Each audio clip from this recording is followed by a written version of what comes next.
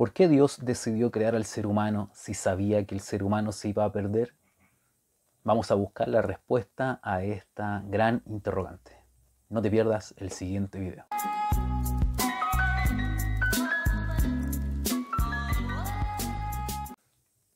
Bueno, en esta ocasión vamos a contestar una pregunta que quizás a ti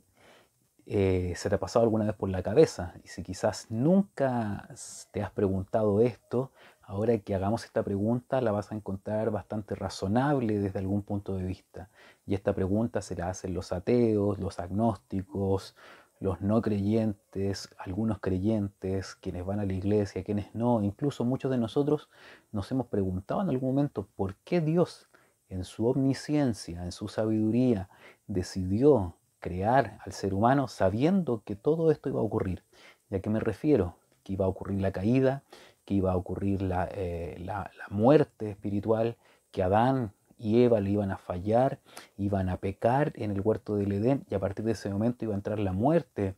los homicidios, la corrupción, la mentira, el engaño, las guerras, las hambres,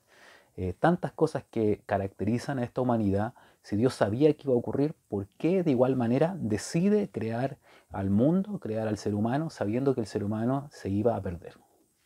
Bueno, en primer lugar debemos considerar lo siguiente. Dios, cuando crea al ser humano, lo crea con un libre albedrío.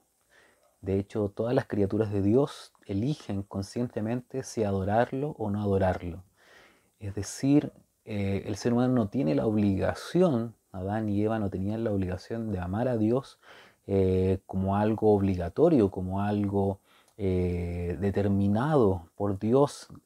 como si ellos fuesen seres autómatas, sino que tenían un libre albedrío y podían escoger si amar a Dios o no.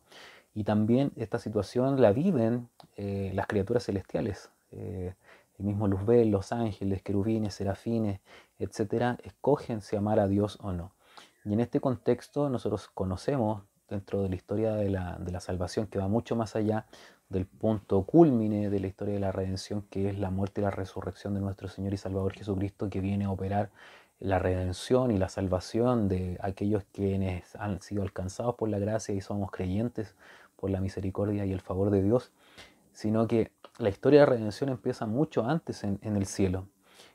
Nosotros tenemos algunos pasajes que nos dan luz de algunas cosas que ocurren antes, mucho antes en la eternidad, de cosas que ocurren en la tierra. Nosotros podemos ver cómo Dios había creado a un ángel, a un serafín, a un querubín protector que era Luzbel, que posteriormente se va a convertir en Satanás el diablo, pero que producto de la multitud de sus contrataciones va a encenderse el orgullo en él y él se va a rebelar en contra de Dios con un tercio de los ángeles en contra de Dios. Y Dios obviamente que lo va a castigar y eso va a generar un conflicto en los cielos. Quizás algunos de los ángeles que vieron esta situación pensaron, a lo mejor Satanás el diablo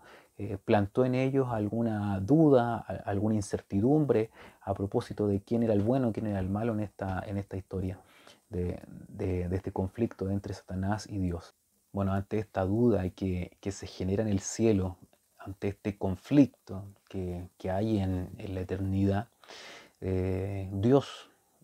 sigue la historia, crea la tierra, crea a Adán, crea a Eva y pone ahí también un mandamiento que está probando su libre albedrío. Les dice que todos los árboles del huerto del Edén pueden comer, pero del árbol de la ciencia del bien y del mal no pueden comer. Viene Satanás el diablo, la serpiente antigua, tienta al ser humano y se produce la caída, se produce por la desobediencia, por la falta de fe, de confianza en lo que el Señor Dios les había dicho a los seres humanos, proviene la caída y a partir de ese momento la humanidad queda perdida. Pero queda de manifiesto también que el adversario de Dios era Satanás y que el adversario de Dios generó esta caída. Es decir, si había alguna duda en el cielo de algún personaje, de algún ángel, querubín, serafín, de quién era el que había ocasionado esta disensión, esta discordia, queda claramente establecido que fue Satanás el diablo. Pero no obstante a esta caída, el libro de Apocalipsis señala que el Cordero, había sido inmolado desde antes de la fundación del mundo por los pecadores, por aquellos que habíamos caído y que somos descendientes de Adán y de Eva. Y esto lo explicamos de la siguiente manera. En alguna ocasión escuché esta ilustración, no recuerdo bien si fue el pastor Adrián Rogers, respecto de por qué iba a morir tanta gente, tantos seres humanos. Muchos seres humanos se van al infierno debido a este acto de creación, y esto no impide que Dios sea bueno, amoroso y misericordioso, sino que es justo. Y bueno, la narración cuenta una historia de principios del siglo XX, se enmarca dentro de la construcción del Canal de Panamá,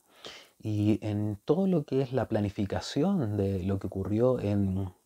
respecto de la construcción del Canal de Panamá, se tomaron muchas providencias y se vio cuánto se iba a gastar en cemento, en hierro, en materiales, y se llegó a determinar y a establecer que el máximo de gasto que iba a ocurrir en la construcción del Canal de Panamá iba a ser un gasto en vidas humanas. Iba a haber muchos accidentes, iba a haber muchas muertes, iba a haber muchos contagiados por enfermedades propias del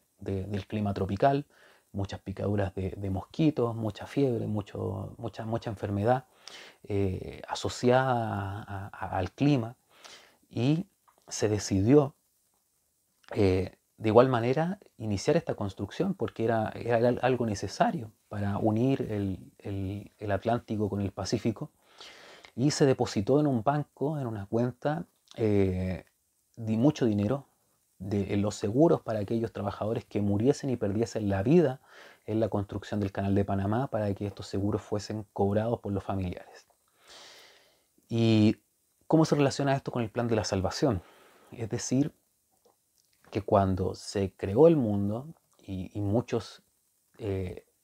cayeron, la humanidad cayó, también ya la sangre del Cordero había sido derramada desde la eternidad como un medio para que a través del sacrificio de nuestro Señor y Salvador Jesucristo la humanidad también tuviese la posibilidad de redención y de salvación.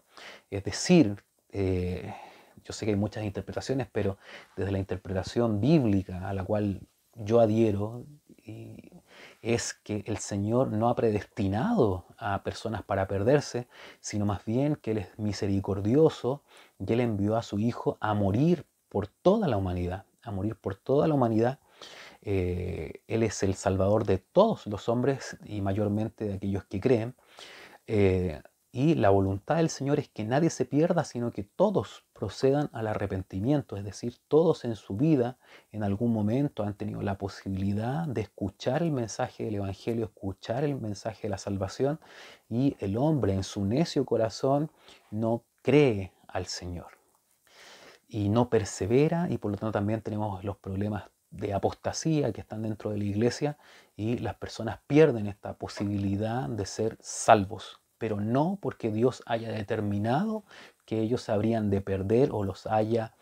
prefijado, los haya predestinado para perderse, sino que en su preconocimiento Él sabía quiénes le iban a aceptar, quiénes iban a perseverar y quiénes iban a permanecer por misericordia y por gracia en el Evangelio. Es decir, hay muchos llamados, pero hay pocos escogidos que perseveran hasta el fin.